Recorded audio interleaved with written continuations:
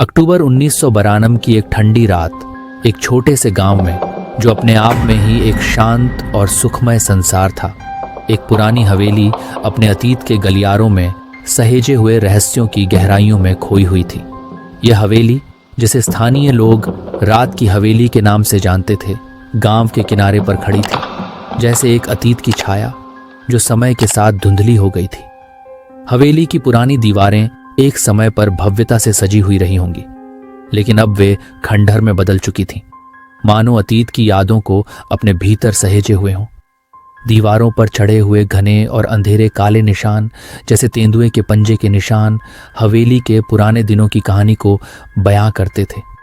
ये निशान न केवल खौफनाक थे, बल्कि हवेली के अंधेरे रहस्यों की ओर इशारा भी करते थे।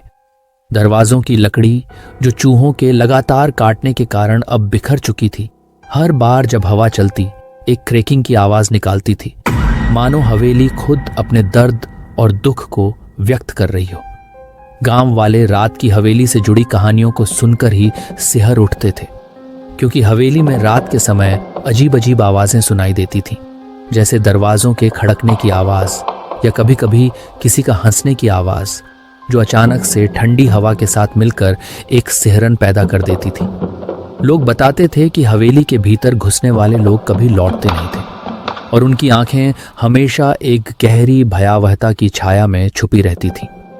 मौसम के प्रकोप ने हवेली को और भी भयावह बना दिया था। बरसात की वजह से दीवारों पर घनी काई जम गई थी और हवेली के भीतर से गंध की एक अजीब सी महक आती थी, जो एक बेतरतीब घास के ढेर की तरह वातावरण को भर देती थी। हर कोने में ढेर सारे मकड़ियों के जाले थे और फर्श पर उग आई फफूंद की परतें हवेली के अंदर के निरंतर अंधकार और उपेक्षा की कहानी कहती थी। गांव वालों के बीच हवेली का नाम लेने पर एक अनकही खामोशी छा जाती थी।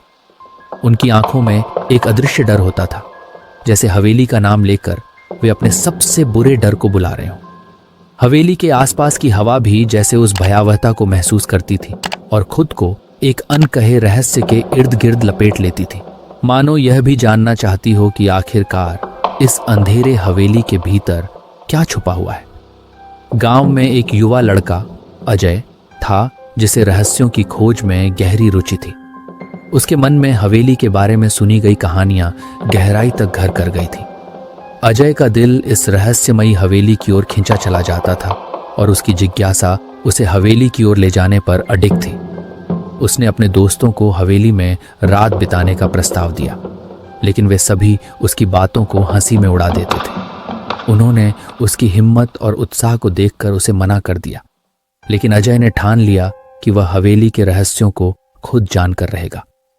जब रात का गहरा अंधेरा छा गया और चांद की धुंधली रोशनी ने सब कुछ स्याह कर दिया, अजय अकेला हवेली की ओर बढ़ा। हवेली की ओर जाते हुए अजय के कदम तेजी से बढ़ रहे थे, लेकिन उसके दिल की धड़कन भी तेज हो रही थी। हवेली के पास पहुंचते ही उसे एक अजीब सी ठंडक महसूस हुई, जैसे हवेली ने उसकी उपस्थिति का स्वागत किया हो। दरवाजे की पुरानी लकड़ी ने एक भारी और चौंकाने वाली आवाज के साथ खुला, मानो हवेली की गहराई से एक गूंज सुनाई दे रही हो। अजय ने अपनी टॉर्च की हल्की रोशनी में हवेली के भीतर कदम रखा। चारों ओर गहरा अंधेरा और शून्य था, और हवेली के पुराने फर्नीचर धूल और मकड़ी के जाले से भरे हुए थे। हर कदम पर उसके दिल की धड़कन तेज हो रही थी। हवेली की दीवारें और फर्श पर उगी फफूंद ने अजय को अजीब सा एहसास दिलाया। जैसे जैसे वे हवेली के भीतर आगे बढ़ा, उसे एक गहरी रहस्यमयी सिहरन महसूस होने लगी। अचानक कहीं से हंसने की एक अजीब आवाज सुनाई दी, जैसे कोई गहरा और कुटिल हंसी हवेली की गहराई से उठ रही हो। आवाज की ओर बढ़ते हुए अजय ने देखा कि हवेली के एक कोने में एक पुरानी सी सीढ़ी थी, जो ऊपर की ओर जाती थी। सीढ़ी की हर कड़ी पर रखी धूल और बेतरतीब लकड़ी के टुकड़े अजय के डर को और बढ़ा रहे थे। वह सीढ़ी चढ़ते हुए हवेली के एक पुराने और धूसर कमरे में पहुंचा। कमरे में दाखिल होते ही उसकी आंखें चौकन्नी हो गईं। दीवारों पर रहस्यमय चित्र बने हुए थे, जिनमें असामान्य घटनाएं और प्रतीक उकेरे गए थे। चित्रों की आंखें जैसे अजय की आत्मा को टटोल रही थीं, और हर एक चित्र के भीतर एक अजीब सी शक्ति का एहसास हो रहा था। अचानक अजय को एक सर्द हवा का झोंका महसूस हुआ। और कमरे की नीरवता को तोड़ते हुए एक अजीब सा भय उसके दिल को जकड़ने लगा।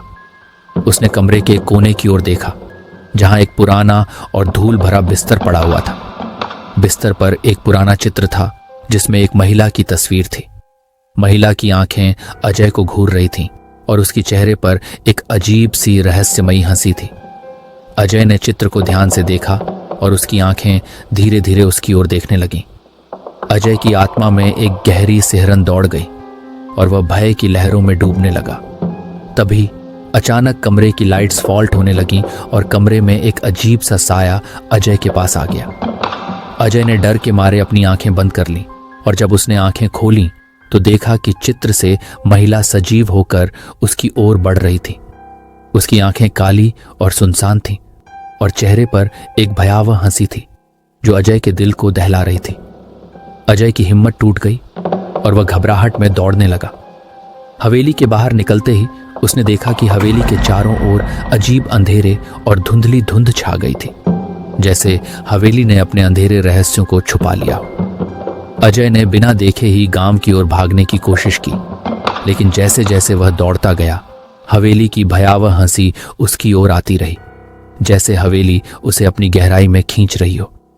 जब वह अंततः गांव पहुंचा तो उसने अपने दोस्तों को हवेली में घटित सभी घटनाओं के बारे में बताया, लेकिन उसके दोस्त उसकी बातों पर विश्वास नहीं कर सके। अजय खुद भी हवेली में हुई घटनाओं की सच्चाई पर पूरी तरह यकीन नहीं कर पा रहा था, लेकिन उसकी दहशत भरी कहानी और हवेली में बिताई रात के बाद गांव वाले हवेली के रहस्यों को लेकर और भी अधिक सतर्क हो गए। फिर भी अजय का दिल अब भी उस अंधेरे रहस्य की ओर खींचा जा रहा था जिसे उसने अनुभव किया था। हवेली की गहरी छाया और उसके भीतर का रहस्यमय भय अब भी अजय के मन में कहीं गहराई से समाया हुआ था, जैसे हवेली का अंधेरा उसे अपनी ओर खींच रहा हो। कुछ महीनों बाद अजय ने अपने पुराने दोस्त राजू को हवेली की रहस्यमयी खोज में शामिल करने का निर्णय लिया। अजय ने महसूस किया कि हवेली के भयानक रहस्यों को समझने के लिए उसे किसी विश्वसनीय साथी की जरूरत थी, और राजू की साहसिकता और उसे लेकर पुराने अनुभव इस काम में सहायक हो सकते थे। इस बार उन्होंने रात के अंधेरे से बचने का फैसला किया और दिन के उजाले में हवेली में प्रवेश करने का निर्णय लिया।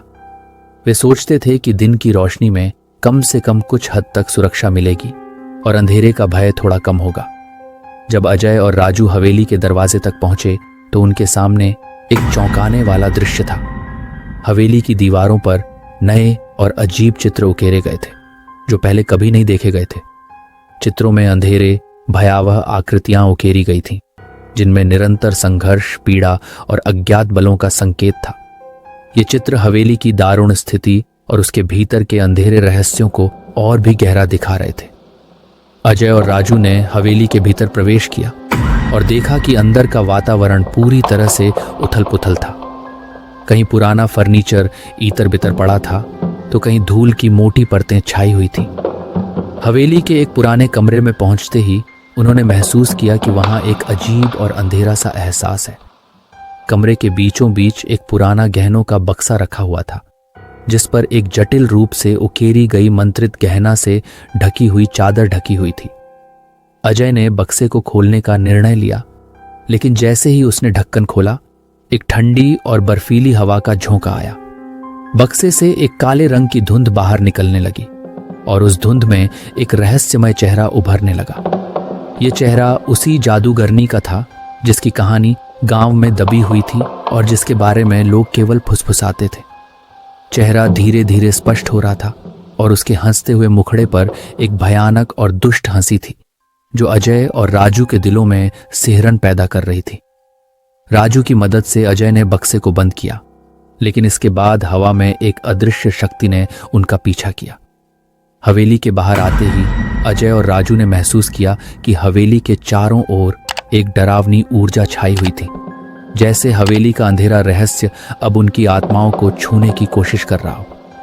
गांव लौटते ही अजय को यह एहसास हुआ कि हवेली की भयानक घटनाएं और अजीब चित्र किसी शक्तिशाली और शापित जादूगरनी की आत्मा से जुड़ी हुई थी, जिसने अपने दुष्ट शक्तियों को हवेली में संजो कर रखा था। बक्से में रखे गहनों में उस जादूगरनी की आत्मा कैद थी और जब भी बक्सा खोला जाता उसकी आत्मा पुनर्जीवित हो जाती और हवेली में अंधेरे और भयावह घटनाओं को जन्म देती थी। अजय और राजू को समझ में आया कि हवेली की भयानक हंसी और रहस्यमय चित्र उस जादूगरनी की आत्मा के क्रोध और शाप का संकेत थे, जो किसी भी कीमत पर स्वतंत्र होना चाहती थी। सच्चाई का सामना करने के बाद अजय और राजू ने गांव वालों को हवेली के रहस्यों के बारे में पूरी जानकारी दी। उन्होंने चेतावनी दी कि हवेली को छेड़ना एक गंभीर गलती हो सकती है और यह कि हवेली के अंधेरे रहस्यों को ऐसे ही छोड़ देना ही सबसे अच्छा होगा। गांव वालों ने अजय और राजू की बात मानते हुए हवेली से दूर रहने का निर्णय लिया। हवेली अब भी गांव से दूर एक अंधेरे रहस्य की तरह खड़ी रही और अजय और राजू की जिज्ञासा, भय और साहस की कहानी गांव में एक चेतावनी के रूप में सुनाई जाने लगी। लेकिन एक दिन गांव में एक वृद्ध और सम्मानित विद्वान आया, जिसका चेहरा ज्ञान और अनुभव की गहराई से भरा हुआ था।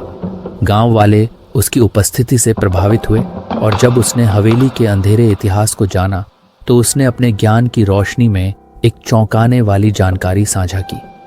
विद्वान ने बताया कि हवेली में बसी जादूगरनी की आत्मा को केवल एक प्राचीन और शक्तिशाली जादू से ही मुक्त किया जा सकता था। विद्वान ने विस्तार से समझाया कि हवेली की आत्मा को शांति देने के लिए एक विशेष अनुष्ठान की आवश्यकता थी। यह अनुष्ठान एक अमूल्य जादू के प्रयोग से संपन्न होना था, जिसमें न केवल मंत्रों की शक्ति बल्कि एक गहन और दिव्य ऊर्जा की भी जरूरत थी।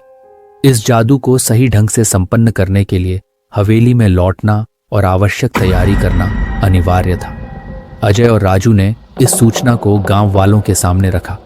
गांव वाले, जो अब भी हवेली की भयानक घटनाओं से भयभीत थे, लेकिन विद्वान की बातों को सुनकर उनके मन में एक आशा की किरण जागी। अजय और राजू के साहस और विद्वान की मदद से गांव वालों ने एक बार फिर से हवेली का सामना करने का निर्णय लिया। वे हवेली में वापस लौटे और विद्वान ने अनुष्ठान की तैयारी शुरू की। हवेली के अंधेरे और वीरान वातावरण में जैसे ही अनुष्ठान शुरू हुआ, हवेली में अजीब घटनाएं और भयावह हंसी फिर से तेज हो गई। दीवारों पर उकेरे गए चित्रों ने मानो जीवन प्राप्त कर लिया हो और अंधेरे कोनों से अजीब आवाजें आने लगी। हवेली का वातावरण एक बार फिर से भयावह और असामान्य हो गया। विद्वान ने मंत्रों का जाप करना शुरू किया और हवेली में एक अंधेरे धुंध छाने लगी। जादूगरनी की आत्मा की कराह और उसकी नापाक हंसी सुनाई देने लगी, जो हवेली की दीवारों में गूंज रही थी। यह कराह एक गहन पीड़ा और क्रोध का संकेत थी, जैसे जादूगरनी की आत्मा अपने अंधेरे और दुष्ट विचारों से मुक्त होना चाहती हो। अनुष्ठान के मध्य में विद्वान की मंत्रों की शक्ति ने हवेली के भीतर एक चमकदार प्रकाश उत्पन्न किया। यह प्रकाश इतना शक्तिशाली था कि उसने हवेली के अंधकार को चीरते हुए जादूगरनी की आत्मा को अपनी गिरफ्त में ले लिया।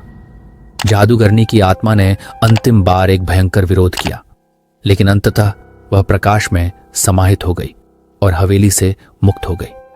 हालांकि जादूगरनी की आत्मा अब स्वतंत्र हो गई थी, लेकिन विद्वान की शक्तियों के कारण उसने सीधे गांव वालों पर हमला करने की बजाय केवल एक बार के लिए उन्हें डरा दिया।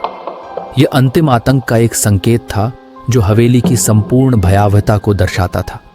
जादूगरनी की आत्मा ने एक अदृश्य और भयावह छाया के रूप में गांव वालों को अपनी उपस्थिति का एहसास कराया और फिर अंधेरे में विलीन हो गई। अजय, राजू और विद्वान ने हवेली को एक बार फिर से बंद कर दिया और गांव वालों को बताया कि अब जादूगरनी की आत्मा शांति में है। हवेली का रहस्य अब एक गहन अध्याय बन चुका था, जिसे समाप्त कर दिया गया था। गांव वालों ने हवेली को हमेशा के लिए छोड़ देने का निर्णय लिया और सुरक्षित स्थान पर चले गए। हवेली अब एक सच्चे रहस्य के रूप में खड़ी थी, लेकिन उसके भीतर की भयावहता समाप्त हो चुकी थी। अब हवेली की कहानी गांव में एक अंधेरे किंवदंती के रूप में सुनाई जाती थी और उसके भीतर की भयावहता एक अतीत का हिस्सा बन चुकी थी।